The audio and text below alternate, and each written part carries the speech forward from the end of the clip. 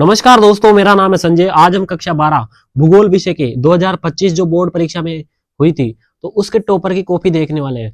किस प्रकार से 2025 में कुछ विद्यार्थियों ने क्या किया था, टॉप किया था। तो उन टॉपर्स की कॉपी जो राजस्थान बोर्ड है, जो वेबसाइट है, तो उस पर जारी हुई है।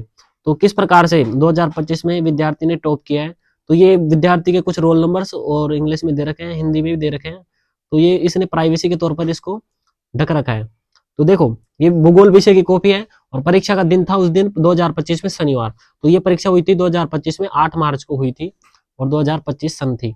तो इस विद्यार्थी ने 56 में से 56 अंक प्राप्त किए हैं। बिल्कुल 56 में से 56 अंक प्राप्त किए हैं। तो किस प्रकार से इस विद्यार्थी ने 56 में से 56 अंक प्राप्त किए, ये यहाँ पर दे रखे हैं।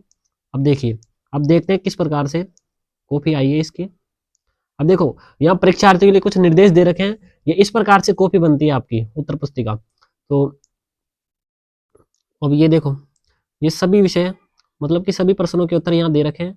अब देखो 2025 की मैं आपको जो क्वेश्चन पेपर है वो भी दिखाऊंगा और किस प्रकार से सभी उत्तरों को उस विद्यार्थी ने सही किए हैं बिल्कुल, और 56 में से 56 अंक प्राप्त किए हैं। तो आइए देखते हैं इसका पहला प्रश्न कौन सा है 2025 बोर्ड एग्जाम का। हाँ, तो ये 2025 बोर्ड एग्जाम वार्षिक पेपर है, क्वेश्चन पेपर है। इसमें 3 घंटे 15 मिनट का जो पेपर है, पूर्णांक 56 दिए हुए हैं आपके इसमें। और देखो, इस प्रकार से आपका जो बोर्ड के जो क्वेश्चन पेपर है इस प्रकार से आया था। अब देखो, जिन प्रश्नों में आंतरिक खंड है उन सभी के उत्तर एक ही साथ लिखे। अब इनको बताऊंगा मैं कैसे करना है, यानी बोर्ड की कॉपी कैसे करनी है। अब देखो, आपका जो पहला प्रश्न था, आपका जो पहला प्रश्न है, तो इसमें दे रखा है कि मानव भूगोल मानव समाज और धरातल के बीच संबंधों का संश्लेषित अध्ययन है। मानव भूगोल यह परिभाषा किसने दी, तो यह परिभाषा किसकी है, रेट जेल की। तो उस विद्यार्थी की देखते हैं क्या लिख रखा है उसने। हाँ, तो बिल्कुल इस विद्यार्थी का उत्तर बिल्कुल सही है, रेट जेल। रेड जेल इसका सही उत्तर रहेगा, इस रेड जेल इसका सही उत्तर रहेगा। अब देखो, बहुत सा विद्यार्थी क्या करते हैं, जो ये वाला भाग होता है, मतलब कि जो ये वाला भाग होता है, इसमें क्या करते हैं कि बहुत सारे विद्यार्थी इसमें क्या कर देते हैं, पर्सन लिख देते हैं। जो ये आपका ये वाला भाग होता है, मतलब ये वाला भाग, इसमें पर्सन लिख देते हैं, मतलब पर्सन ऐसे लिख देते हैं, मतलब पर्सन लिख देते हैं, और पर्सन संख्या 1, पर्सन संख्या 2। लेकिन ये पर्सन लिखने के लिए बिल्कुल भी नहीं होता है। मतलब पर्सन कहाँ लिखे जाते हैं, आपके इसमें ही लिखे जाते हैं पर्सन संख्या। और इसमें क्या है, परीक्षक द्वारा प्रदत्त अंक, मतलब कि जो एग्जामिनर होता है, मतलब एग्जामिनर होता है वो क्या देता है, इसमें 1 अंक 2 अंक कितने भी अंक आए, एग्जामिनर इसमें अंक देता है। हाँ, तो दूसरा प्रश्न है आपका कि निम्नांकित में से एशिया का सर्वाधिक आबादी वाला देश कौन सा है। हाँ, तो इस विद्यार्थी ने लिखा है बिल्कुल चीन। चीन, क्या लिखा है, चीन। अगला प्रश्न आपका कि भारत के उत्तरी पूर्वी राज्यों में स्थानांतरणशील कृषि को क्या कहते हैं, झूमिंग, मिल्पा, लादांग या फिर कुमारी। तो इस प्रश्न का सही उत्तर है झूमिंग। हाँ, तो इस विद्यार्थी ने बिल्कुल झूमिंग कर रखा है। आपका चौथा प्रश्न है कि आधारभूत उद्योग कौन सा है। आपका आधारभूत उद्योग है लौह इस्पात उद्योग, आप इसमें देख सकते हैं। पांचवा ऑब्जेक्टिव क्वेश्चन है कि तृतीय क्रियाकलाप का उदाहरण है। हाँ, तो पांचवें प्रश्न का सही उत्तर है परिवहन। परिवहन इसका सही उत्तर रहेगा। छठा प्रश्न है आधुनिक संचार का साधन है तार, मोर्स कोड, टेलेक्स या इंटरनेट। हाँ, तो छठे प्रश्न का सही उत्तर है इंटरनेट। इंटरनेट बिल्कुल सही उत्तर रहेगा। आपका सातवां और आठवां प्रश्न ये रहा। तो सातवें और आठवें प्रश्न का उत्तर है, सातवें प्रश्न का उत्तर है उत्तर अटलांटिक समुद्री मार्ग, और आठवें प्रश्न का उत्तर है सिंगापुर। नौवां प्रश्न विश्व व्यापार संगठन का मुख्यालय, और 10वां प्रश्न गैरिसन नगर का उदाहरण दीजिए। तो विश्व व्यापार संगठन का मुख्यालय जिनेवा में, और जिनेवा कहाँ है, स्विट्जरलैंड का एक शहर है जिनेवा। और 10वें प्रश्न का उत्तर है अम्बाला। 11वां और 12वां प्रश्न आप यहाँ देख सकते हो। 11वें प्रश्न का उत्तर है कॉफी, और 12वें प्रश्न का उत्तर है राजस्थान। अरवारी पानी संसद कार्यक्रम राजस्थान के अलवर जिले से चलाया गया। 13वां और 14वां प्रश्न आप यहाँ देख सकते हैं। अब इसका उत्तर देखते हैं। आपके 13वें प्रश्न का उत्तर है जल क्रांति, और आपका 14वां प्रश्न है जो है तांबा, इसका सही उत्तर है तांबा। प्रश्न संख्या 15 और 16 को आप यहाँ देख सकते हैं। कमेंट में जरूर बताना आपको इनमें से कितने प्रश्न आते हैं। बॉक्साइट एल्यूमिनियम का अयस्क है। इंदिरा गांधी नहर की संकल्पना कंवर सेन ने प्रस्तुत की थी। 17वां और 18वां प्रश्न आप यहाँ देख सकते हैं। अब आपके ऑब्जेक्टिव क्वेश्चन खत्म हो चुके हैं। अब दूसरा प्रश्न है रिक्त स्थान का। तो वीडियो को पॉज करके आप एक एक का उत्तर देख सकते हो, किस प्रकार से मैंने सभी उत्तर दे रखे हैं। और टॉपर की कॉपी में भी देख लेंगे क्या उत्तर दे रखे हैं उसने, क्या सही है या फिर गलत है, किस प्रकार से उसने प्रश्नों को जचाया है, किस प्रकार से बिल्कुल सही तरीके से सेट किया है जिसमें उसको 56 में से 56 अंक मिले। हाँ, तो आपके सभी रिक्त स्थान ये रहे। प्रथम अवस्था डॉक्टर महबूबुल्लाह विकास, जो भूमध्य सागरीय कृषि अंगूर की कृषि है। पर्यटन हो गया, जो प्रमोद आमोद प्रमोद के उद्देश्य से की गई यात्रा। परिवहन हो गया, एक स्थान से दूसरे स्थान पर जाना। अंतरराष्ट्रीय व्यापार का प्रवेश द्वार हो गया पतन या फिर बंदरगाह। 2011 की जनगणना के अनुसार जो जो सर्वाधिक जनसंख्या घनत्व वाला राज्य बिहार हो गया। औद्योगिक नगर और खनन, रानीगंज और ये है ना एक और झरिया, ये औद्योगिक नगर है या फिर खनन नगर। हरियाली परियोजना हो गई। चौथी पंचवर्षीय योजना, सूखा संभावित क्षेत्र से रिलेटेड परियोजना, चौथी पंचवर्षीय योजना है। तो ये आपके ये हो जाते हैं। अब आपके अति लघुरात्मक प्रश्न आएंगे, तो मैं आपको पहले प्रश्न दिखा देता हूँ। तो आपका तीसरा प्रश्न है अति लघुरात्मक प्रश्न, इसमें एक एक नंबर के क्वेश्चन है। तो मुख्य श्रमिक हो गया दो, तो इसमें आप देख सकते हो दो रेशेदार फसलें, आवधिक बाजार हो गया प्रथम बार, मानव विकास की रिपोर्ट। तो अब इनके उत्तर देखते हैं हम। हाँ, तो तीसरा आपका अति लघुरात्मक प्रश्न है। तो इसमें पहला प्रश्न है मुख्य श्रमिक किसे कहते हैं।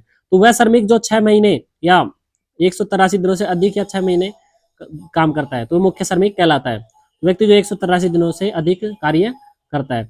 अब देखो आपसे पूछा है कि दूसरा प्रश्न इसमें अति लघुरात्मक में 1 नंबर वाला, दो अपरंपरागत ऊर्जा स्रोतों के नाम। तो सौर ऊर्जा हो गया और पवन ऊर्जा, ये प्राचीन है। अब देखो आपसे पूछा है कि भारत में कोयला किस काल में हुआ था, यानी कोयला किस काल में निकला। तो गोंडवाना काल हो गया और एक है टर्सरी। पल्ली बस्तियों के स्थानीय नाम है पाली, पन्ना और पाड़ा, नंगला, ये बहुत सारे हैं। अब आपका पांचवा प्रश्न है कि दो रेशेदार फसलों के नाम लिखिए। तो एक तो हो गई कपास हो गई और एक हो गई जूट। अब देखो आपका छठा प्रश्न है कि मानव भूगोल की किस विचारधारा को आमूलवादी या रेडिकल विचारधारा के नाम से जाना जाता है। तो ये प्रश्न उत्तर ये रहा, आमूलवादी या रेडिकल विचारधारा की, मार्क्स के सिद्धांत पर आधारित है। ये मार्क्स के सिद्धांत पर आधारित है। जनसंख्या वितरण को प्रभावित करने वाले जो दो भौतिक कारक, भू आकृति हो गई और एक जलवायु हो गई। आवधिक बाजार किसे कहते हैं। अब देखो आवधिक बाजार दे रखा है, तो ग्रामीण बस्तियों में लगते हैं, जो कि एक किसी जैसे सेल लगते हैं, सोमवार को लग गया, मंगलवार को लग गया, ऐसे लगते हैं। तो ये क्या कहलाते हैं, आवधिक बाजार। आप इसमें देख सकते हो। सामाजिक भूगोल के 3 उप क्षेत्रों के नाम लिखिए। लिंग भूगोल हो गया, अवकाश भूगोल हो गया, चिकित्सा भूगोल हो गया और ऐतिहासिक भूगोल, बहुत सारे हैं। मानव विकास के 3 उपागम कौन कौन से हैं। क्षमता उपागम, आयु उपागम, कल्याण उपागम। अब 2026 बोर्ड में एग्जाम पूछा जा सकता है कि सबसे पुराना उपागम कौन सा है। तो आयु उपागम सबसे पुराना उपागम माना जाता है। 2011 की जनगणना के अनुसार भारत की श्रमजीवी कार्यशील जनसंख्या को 4 वर्गों में बांटा गया है। अब देखो 4 वर्ग कौन कौन से हैं। बच्चे को केवल 2 ही आते थे, कृषि और कृषि मजदूर। 2 मैं आपको बता देता हूँ, घरेलू औद्योगिक श्रमिक और अन्य श्रमिक। हमने खंड ब के जो चौथा प्रश्न था ये भी देख लिया, पांचवा प्रश्न भी देख लिया, और जो खंड ए अति लघुरात्मक हमने पूरे कर लिए, ये सभी खंड ब भी पूरा कर लिया। अब खंड ब का ये श्रमजीवी कार्यशील जनसंख्या कितने वर्गों में बांटा गया ये भी हमने देख लिया। अभी पहाड़ी क्षेत्र के विकास के लिए 2 सुझाव, ये 7वां प्रश्न है। द्विपक्षीय व्यापार और बहुपक्षीय व्यापार में अंतर। तरल व गैसीय पदार्थों के परिवहन के लिए आप किस साधन का चयन करोगे। भारत में पेट्रोलियम पदार्थों के आयात में वृद्धि के 2 कारण स्पष्ट कीजिए। जल प्रदूषण निवारण के 2 उपाय बताइए। तो पहले हम खंड ब के सभी प्रश्नों को देख लेते हैं। हमने 6ठे प्रश्न तक देख लिया, अब 7 विषय चलेगा, तो चलो देखते हैं। हाँ, तो अब आपका 7वां प्रश्न है कि पहाड़ी क्षेत्रों के विकास के लिए 2 सुझाव दीजिए, यानी पहाड़ी क्षेत्रों का विकास किस प्रकार से हो। तो स्थानीय संसाधनों में प्रतिभाओं का विकास करना और पिछड़ी जातियों के क्षेत्र में अनेक आवास को लाभ पहुंचाना। अब देखो दूसरा 8वां प्रश्न आपका द्विपक्षीय व्यापार व बहुपक्षीय व्यापार में अंतर स्पष्ट कीजिए। तो ऐसा व्यापार जो 2 पक्षों के मध्य होता है या 2 देशों के मध्य होता है उसे द्विपक्षीय व्यापार कहते हैं। और जो बहुत सारे या फिर 2 या 2 से अधिक देशों या पक्षों के मध्य होने वाला व्यापार क्या होता है, बहुपक्षीय व्यापार कहलाता है। अब देखो अगला प्रश्न है कि तरल व गैसीय पदार्थों के परिवहन के लिए आप किस परिवहन साधन का उपयोग करेंगे। तो हम जो जो लिक्विड फॉर्म में होता है, क्या पेट्रोलियम हो गया, पानी, ये सब क्या होता है लिक्विड फॉर्म में होते हैं। तो इनको जो तरल होते हैं, मतलब कि गैसीय या तरल पदार्थों को पाइपलाइन के द्वारा क्या किया जाता है, परिवहन या एक स्थान से दूसरे स्थान पर पहुंचाया जाता है। अब 10वां प्रश्न है कि भारत में पेट्रोलियम पदार्थों के आयात में वृद्धि के 2 कारण। आयात का मतलब लाना, यानी भारत में जो किस प्रकार से जो पेट्रोलियम को अधिक लाया जाता है, क्यों लाया जाता है। तो त्रिवी औद्योगिकरण, यानी भारत में अत्यधिक उद्योगों का विकास हुआ, इसलिए अत्यधिक मात्रा में जितना उद्योग होंगे उतनी ही ज्यादा ऊर्जा की आवश्यकता होगी। और भारत में पेट्रोलियम रसायनों की कमी, और भारत में पेट्रोलियम रसायनों की कमी के कारण भी बाहर से पेट्रोल आयात किया जाता है, मंगाया जाता है। अब अगला है जल प्रदूषण निवारण के 2 उपाय। तो जल को प्रति व्यक्ति उपलब्धता को सुनिश्चित करना और जल को अनावश्यक बाह्य जो पदार्थ होते हैं उनसे दूर रखना। तो ये भी जल प्रदूषण निवारण के 2 उपाय हो सकते हैं। हाँ, तो ये आपका खंड से है। इसमें 12वां प्रश्न है विस्तृत वाणिज्य अनाज कृषि की 3 विशेषताएं और जलवायु पशुचारण के 3 क्षेत्रों को स्पष्ट कीजिए। अब आपका 13वां है दीर्घ उत्तरात्मक प्रश्न में पनामा और सुएज नहर की तुलना अवस्थित लाभ के आधार पर कीजिए, यानी इनमें क्या करना है, तुलना करना है, अंतर बताना है। झाबुआ जिले में निम्नीकरण को रोकने के लिए क्या 3 उपायों को सुझाइए। वायु प्रदूषण के लिए उत्तरदायी कारक। अब देखो ये आपका खंड से है, तो इसमें आपके 3 प्रश्न है, एक तो 12वां हो गया, 13वां और 14वां। तो इसमें ऑप्शन भी दे रखे हैं, 3 नंबर का प्रश्न है ये। तो ये इस प्रकार का पेपर आपका आएगा।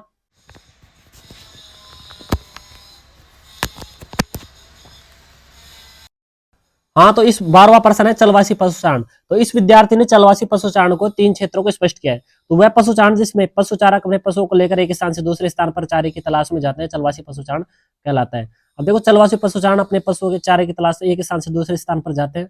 चलवासी पशुचारक अर्धशुष्क क्षेत्र में निवास करते हैं, ये ठंडे जलवायु वाले प्रदेशों में जाते हैं, ये अपने पशुओं को हर मौसम के अनुसार क्या कर लेते हैं, ढाल लेते हैं। तो ये आप देख सकते हैं कि ये पशुचारण सभी सुविधाएं साथ लेकर जाते हैं, जैसे चिकित्सा बॉक्स, भोजन, अन्य सामान अपने साथ रखते हैं। ये पशुचारक चारे की तलाश में एक देश से दूसरे देश आते जाते रहते हैं।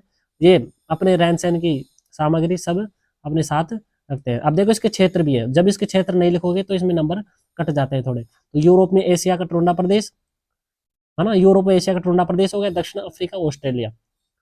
अब देखो इस विद्यार्थी ने बहुत ही अच्छी तरीके से क्या किया है, इसके चित्र बनाकर भी प्रदर्शित किया है, देख सकते हो आप। दक्षिण अफ्रीका हो गया, टुंडा प्रदेश हो गया, एशिया, यूरोप पर। अब देखो, अब है पनामा नहर। अब आपका 13वां प्रश्न है कि पनामा नहर और जो स्वेज नहर है उसमें अंतर स्पष्ट करना है। तो ये आप देख सकते हैं कि पनामा नहर पनामा में स्थित, पनामा नहर पर संयुक्त राज्य अमेरिका का अधिकार, अधिकार किसका है, पनामा नहर पर संयुक्त राज्य अमेरिका का। पनामा नहर में और जो स्वेज नहर है उस पर मिस्र देश का अधिकार है। दो तरफा साधन है। पनामा नहर में 6 जलबंधक है, जबकि जो जो जो क्या है कि स्वेज नहर में एक भी जलबंधक नहीं है। यूएसए व अन्य देशों को लाभ मिला है। पनामा नहर में पेट्रोलियम जो मात्रा में मिलता है, अत्यधिक मात्रा में मिलता है। पनामा नहर उत्तरी अटलांटिक महासागर को प्रशांत महासागर से जोड़ता है। तो इस नहर पर वाहनों की अधिक मात्रा में वाहन अधिक मात्रा में विकसित हुए हैं। पनामा नहर की जो लंबाई है वो कितनी है,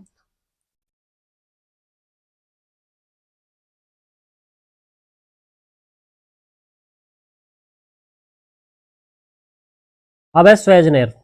तो स्वेज नहर पनामा नहर में अंतर बताया विद्यार्थी ने। तो पनामा नहर पर मिस्र देश का अधिकार है। अब देखो विद्यार्थी पे थोड़ा कंफ्यूजन हो गया, तो स्वेज नहर की जगह पनामा नहर लिख दिया, लेकिन कोई दिक्कत नहीं है, एग्जामिनर इतना ध्यान नहीं दिया।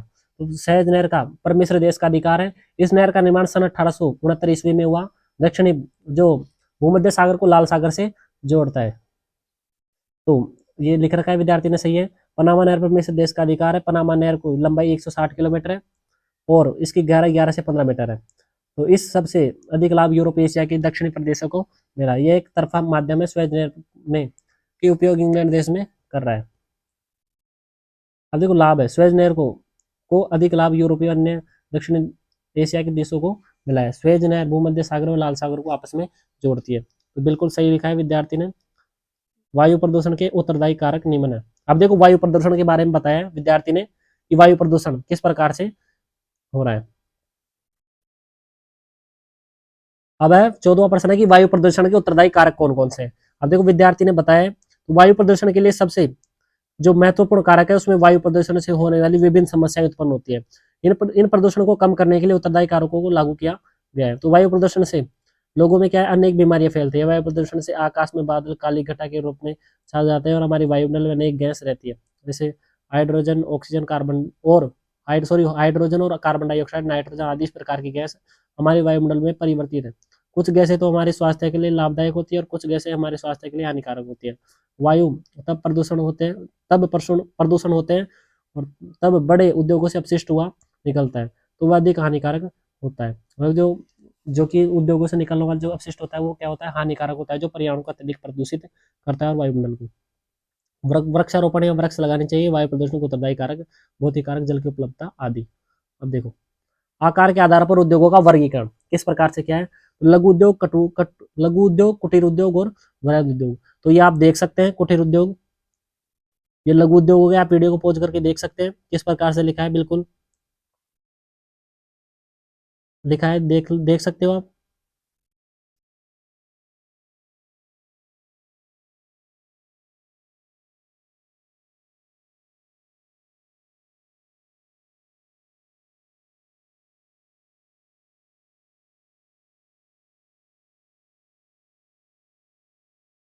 अब देखो ये मैप है, शिकागो, लंदन, मुंबई, ये 4 आए थे।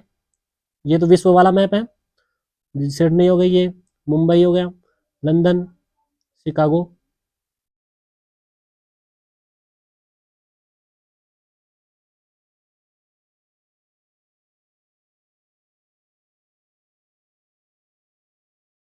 अब ये भारत वाला है, विशाखापट्टनम।